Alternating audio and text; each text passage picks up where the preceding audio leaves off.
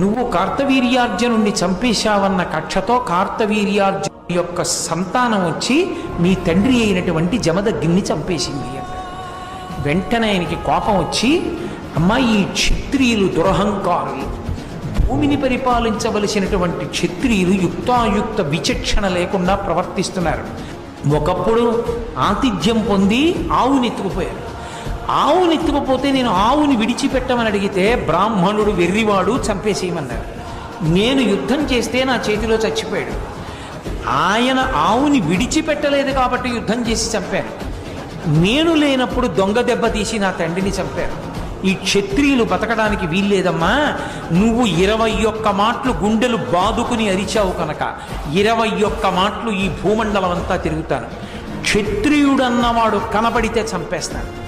గర్భస్థ పిండమై ఉన్నా కూడా విడిచిపెట్టాను, శిశువైనా కూడా విడిచిపెట్టాను. క్షత్రియుడన్నవాడు ఈ భూమి మీద ఉండడానికి వీల్లేదు.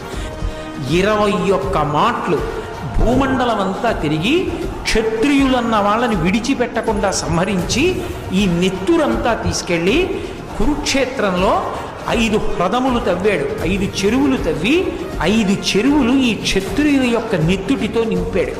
వాటిని శమంతక పంచకం అని పిలుస్తారు. 5 నెత్తుటి చెరువులు చేసి 5 నెత్తురు తీసి తండ్రికి పితరులకు తర్పణం చేశాడు. అది ఆవేశం.